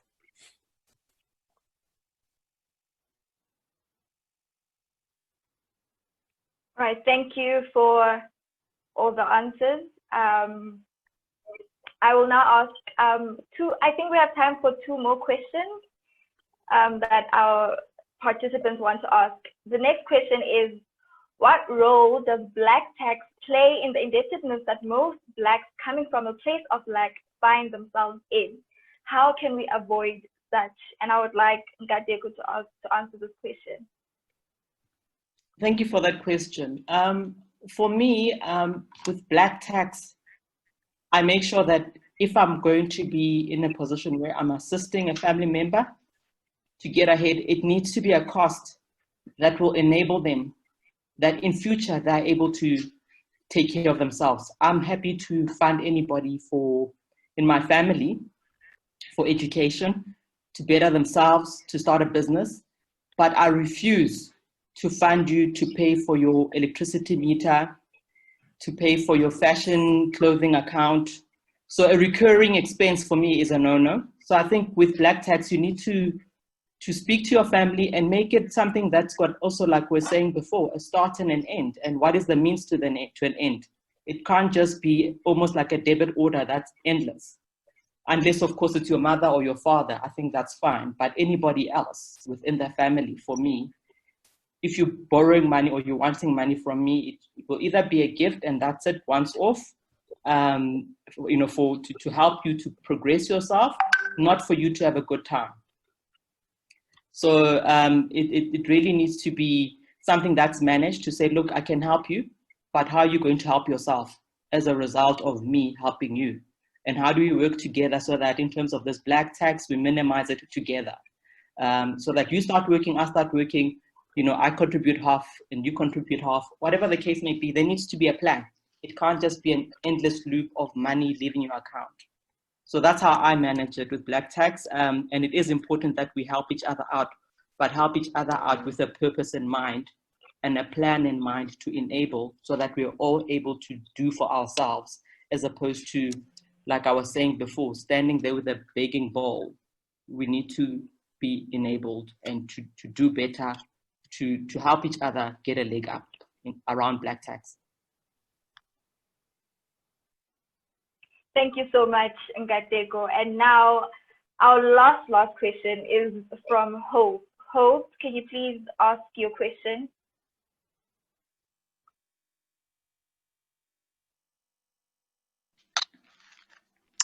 Hi, my question was, how do you do well financially, and how do you start your financial journey if you don't have any source of income coming through? So how do you begin? I think that was my most important question, especially if you're not getting any source of an allowance for income. I'd say with that one, Hope, you need to look for opportunities. Any job to start off is a start. You can be a pack-eye checkers. You can be a receptionist somewhere. You need to use, as you stand now, you need to use the talents that you have. You can do bookkeeping for somebody. You used to say, what can I do? I think Gilebogile spoke about this at length. To say, look at your passions and your abilities and go out there. Maybe there's a hair salon somewhere, say, listen, can I help you to do your book so that your business can be more profitable and I can help with your pricing? And if your business does better, I will get commission from that. So you need to say, what talents do I have? What is available out there? If it's packing at Checkers, pack at Checkers as a starting point. And with that last slide that I showed, once you start doing that, you need to also start saving, whether it's saving 10 Rand or 100 Rand or whatever, but you need to start getting into a savings culture, because that 100 Rand, if you're saving it over a period of 10 months, it's 1,000 Rand that if you get into dire straits or you need something urgently, there's a pot of savings somewhere that can save you. So you've got talents, you are able to do something with what you already have and not to just wait.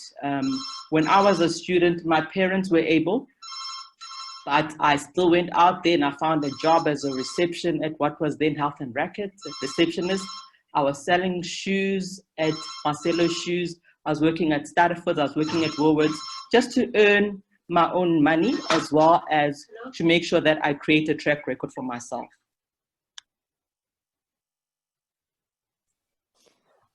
If I may add something there, and I totally agree with Nkateko, is look for the opportunity. But one of the things I did with my son right in the beginning, and I didn't mention it, but he was very fortunate to get an internship in the industry that he was passionate about, which was the music industry. And he still works in that industry, not as a musician, but very involved in the industry. But when he got the internship, I said to him, you do not earn the salary. Let's just say, for argument's sake, it was 3,000 Rand. I said to him, you don't earn 3,000 Rand. You earn 2,700 Rand. And immediately we put a debit order in place, and 10%, so 300 Rand, went into an investment. It was a fixed amount that went off every single month as a debit order. Now, the interesting thing is that down the line, he complained to me and he said, Dad, you know, my investment, the amount of money I've put in, the investment really hasn't grown. And it was into unit trusts, which wasn't a bad investment. It's just the markets hadn't done anything. I said to him, the point of investing was not so that you would make huge money.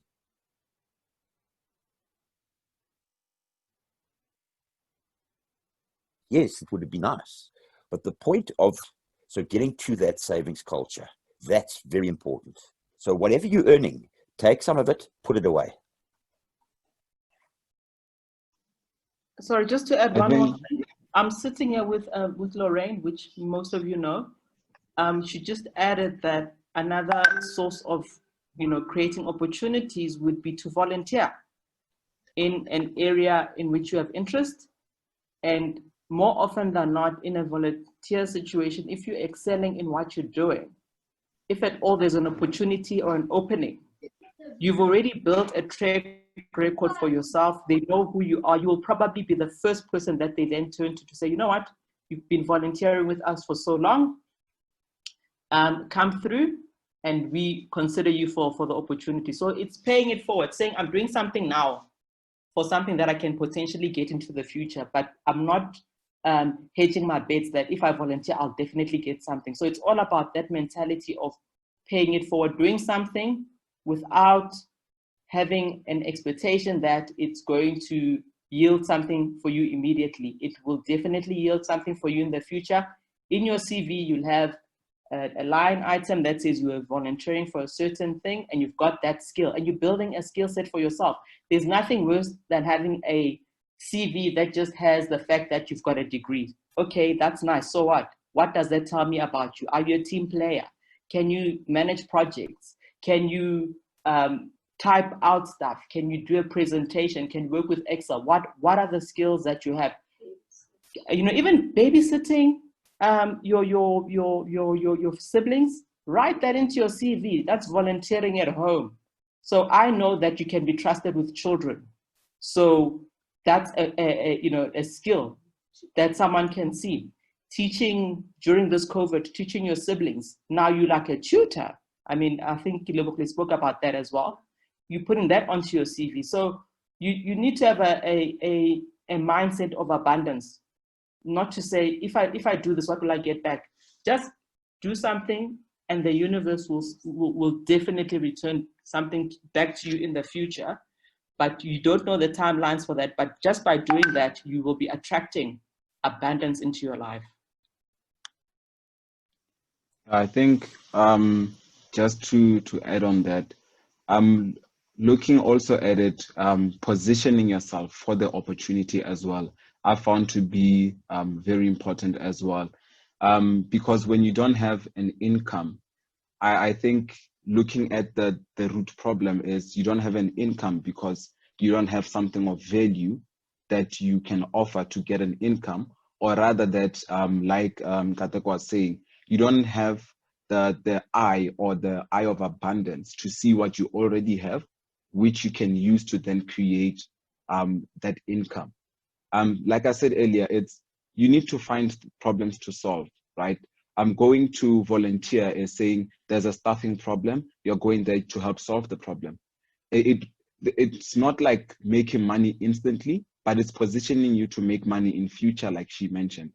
So I would think if you feel that you don't have enough money at this moment, what you need to look for is opportunities to either build a skill set that will enable you to get money, or opportunities to learn more, right? And this can be by volunteering, this can be by taking up online courses, which I'm a huge fan of. This could be by reading books and starting to engage and trying to seek out where you can add value. Because wherever you can add value, at some point you will be compensated for it. Very true, Phenyo, and the other speakers. You guys were very on point regarding that question. It also goes back to the storyline that I shared from the book, where somebody lost their job and income, but they use their limited resources and their unique gifts. They found out their gifts and their purpose, and they turned that into income generation. You know, most of you, if one can really dig deeper into this, you're lasting. I'm not saying just financial abundance. Your lasting financial abundance lies with your own gifts and purpose, and they are very unique, and you are the only one in this world who has that. And that is a way of generating income in a very sustainable way. And even you come across storms in your life, you would have that perseverance to stick to it, because you would believe so much into it more than anybody else, because it's so unique to you. So listen to your heart, listen to your thoughts. There's something that will always say, I think I need to do this. Maybe I can do that. That is when that seed wants to germinate. So, and if it means even if it means start by giving or sharing or volunteering, let it be, as long as it's in the same frequency. Remember, you need to send the signal. The moment you start something, that's why they say start. Even if it's against all, start. When you start, you are sending a signal to the universe. And the signal can attract the like-minded. And you would be surprised that people would acknowledge the uniqueness in you and the ability to make money are the people you've never even met. So don't surround your finances, your financial aspirations around just the people you think you know. The universe is waiting for you. There's a whole lot of money out there waiting for you to snatch it in a manner that you should and at the pace that you should.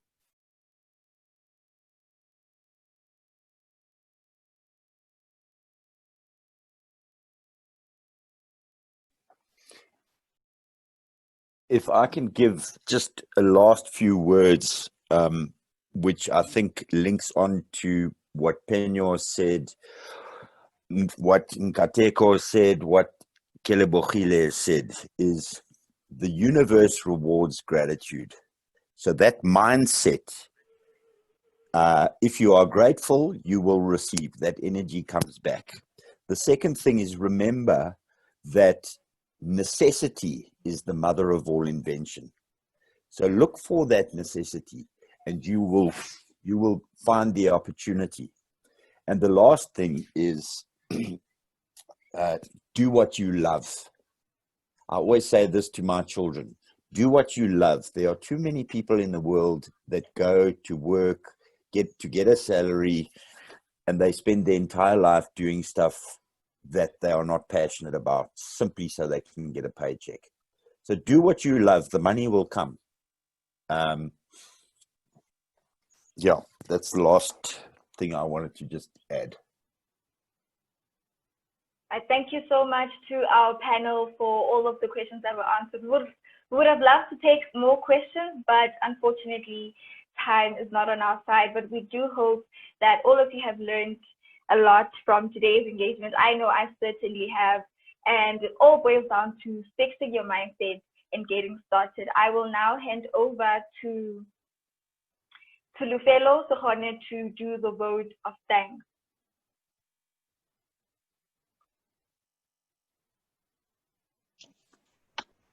Hi guys, I hope you all learned a thing or two about today, and I hope all of us are just going to go out there and be go-getters. We'd like to thank our speakers for the insightful information that they have gave us, our program director, Sivu, and everyone that has attended. Thank you guys. Have a lovely evening. Thank you. So now I'm sure all of you have heard by now about the passing of a first-year student at Wits University, and I would just like us to have a moment of silence for her for a couple of seconds.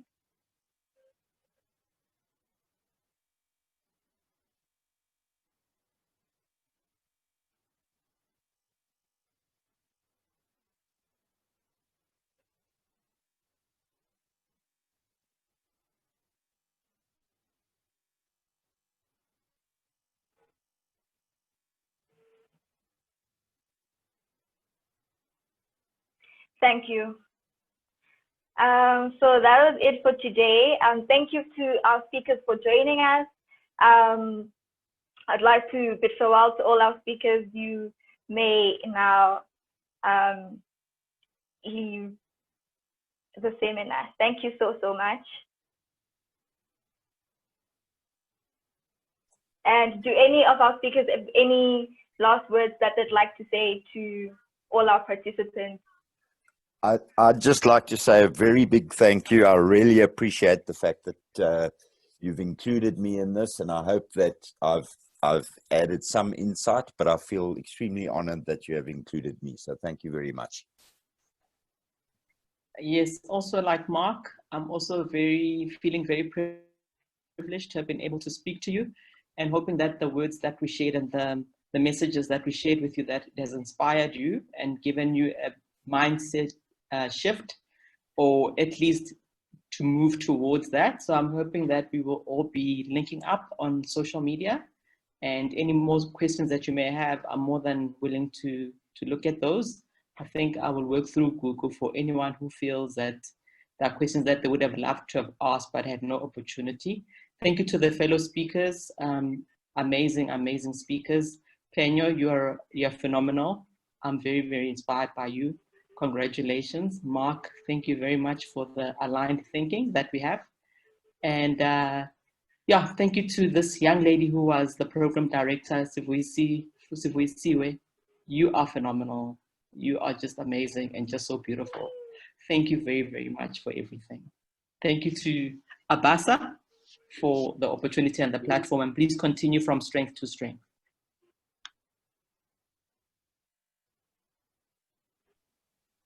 A big thank you from me also. It was an honor being part of this. I've also gained a lot of insight, and definitely, like Nkateko said, we're connecting on social media, we're connecting on LinkedIn. Guys, don't be strangers. DM, it's coming through, expect it, it's coming right through. And it's just been an honor being here, and I hope that this has been fruitful for everyone who was here. And the same as it was very fruitful for me to be engaging on this and learning a lot more on it as well. Thank you so much. This was a powerful webinar. I learned a lot, and whatever that was shared here, I hope it will remain in our hearts and in our mind to help us take one step forward. Thank you. Thank you, Lorraine, for connecting me with ABASA. ABASA is such a wonderful platform. Continue the movement.